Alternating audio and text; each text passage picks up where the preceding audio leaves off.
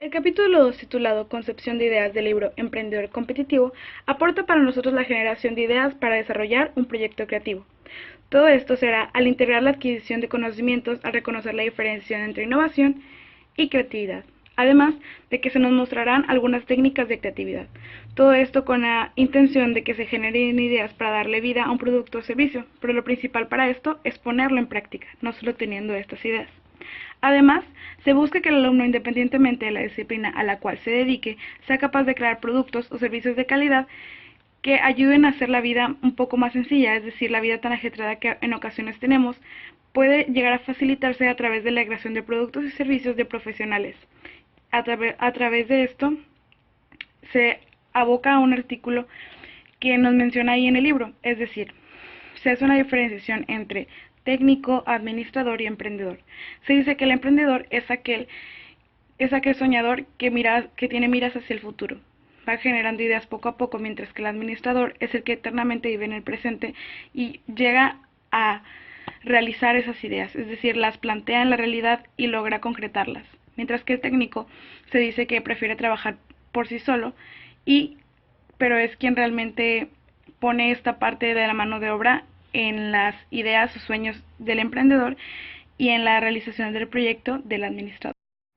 Como se mencionó en la introducción, en este capítulo nos abocaremos principalmente a explorar los conceptos de creatividad e innovación. Primero hablaremos de la creatividad, pero para poder hablar en sí del concepto necesitamos explorar los orígenes de este. La creatividad es una de las actividades humanas más difíciles de explicar. Se ha definido de muchas maneras y ha sido estudiada de diferentes enfoques a lo largo del tiempo. En un esfuerzo de tanto psicólogos como científicos que aún no han logrado unificar los criterios y las características que cada uno han encontrado. La creatividad es tan antigua como el ser humano, pues desde la Edad Media el ser humano se las arreglaba para que la materia prima fueran herramientas de piedra que pudieran satisfacer sus necesidades. Es decir, es un proceso creativo natural, pues el ser humano crea sus propias herramientas para poder satisfacer las necesidades que tiene o resolver los problemas que se le presentan. Pero, ¿a partir de cuándo surge el interés por el estudio de la creatividad? Pues se puede decir que los primeros indicios datan del siglo XIX. También, como objeto de investigación científica a nivel mundial, surge en el milenio pasado, en el siglo XX, por Wilford Getzel Jackson, investigador del comportamiento creativo, quien fue su impulsor y quien popularizó en sí la palabra creatividad.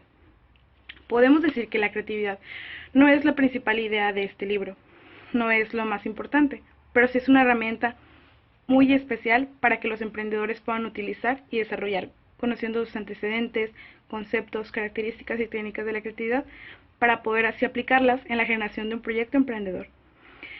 Ahora sí, podemos hacer una definición muy concreta de este concepto.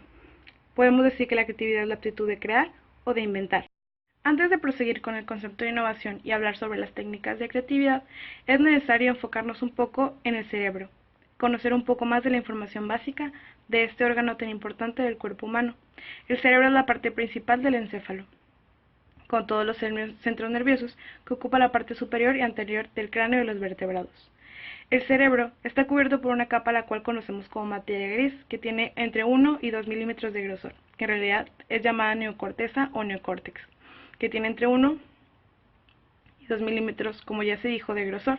Está formado por 6 capas celulares, donde gran cantidad queda oculta en las lisuras y fisuras. Cada mitad o hemisferio del cerebro está dividido en 4 zonas o lóbulos.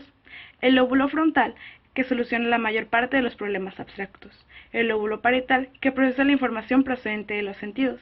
El lóbulo occipital, que rige la visión y por El cerebro se divide en dos hemisferios, izquierdo y derecho. El hemisferio izquierdo se basa más en lo analítico, lo verbal, lógico, matemáticas y estímulo-respuesta. El hemisferio derecho es más de lo espacial, visual, la música, respuesta nueva, lenta e individualizante.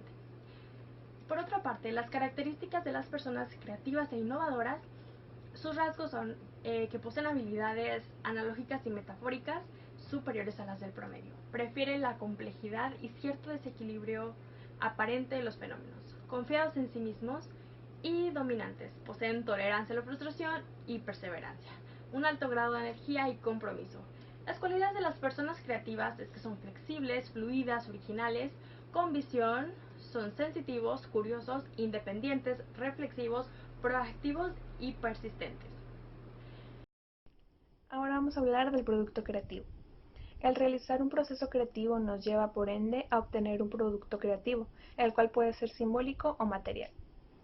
Para evaluar si un producto es creativo, tiene que cumplir con ciertos criterios. El primero es la originalidad. Tiene que ser un producto novedoso, algo que sea poco común o que no exista. El siguiente criterio es la pertinencia. Esto quiere decir que el producto tiene que cubrir alguna necesidad social. El siguiente punto es la accesibilidad. Esto significa que tiene que ser fácil de producirse y fácil de adquirirse. Y el último criterio es la funcionalidad.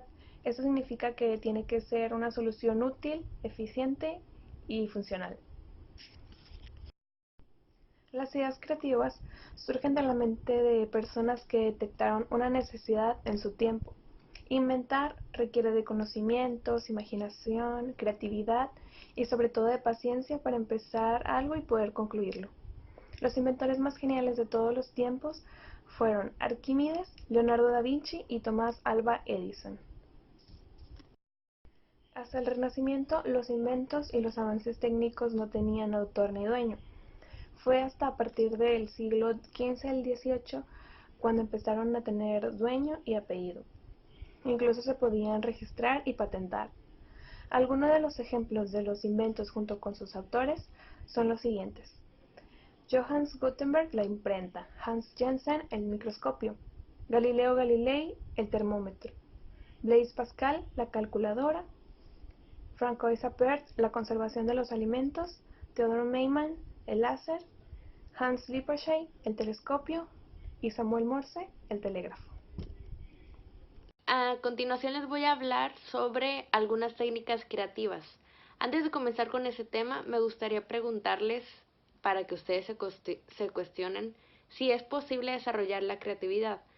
No sé si les ha pasado o han conocido a gente que dice que no, es que yo no soy creativo y mejor tú encárgate porque tú tienes más habilidades para hacerlo.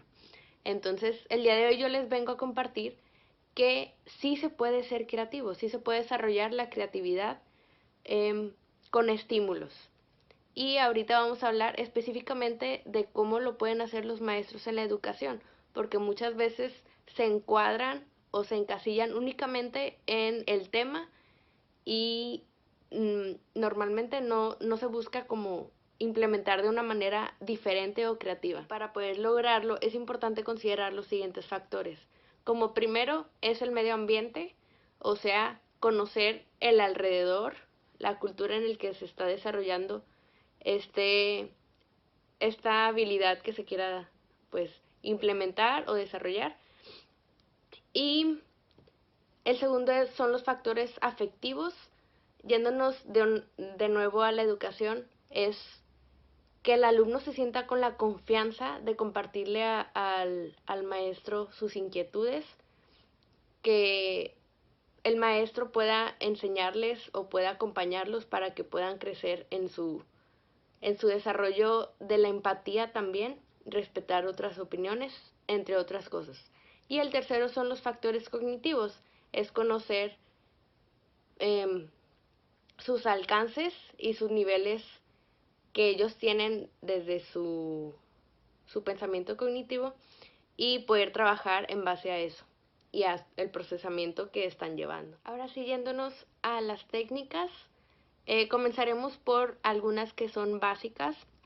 La primera es la lluvia de ideas, que en inglés se le llama brainstorming. Y esta lluvia de ideas tiene como objetivo generar ideas en base a la problemática, ir lanzando pues todos los pensamientos que te lleguen a tu mente. Esta técnica fue creada por Alex Osborne en 1953 y tiene algunos pasos a seguir para que pueda llevarse de la mejor manera.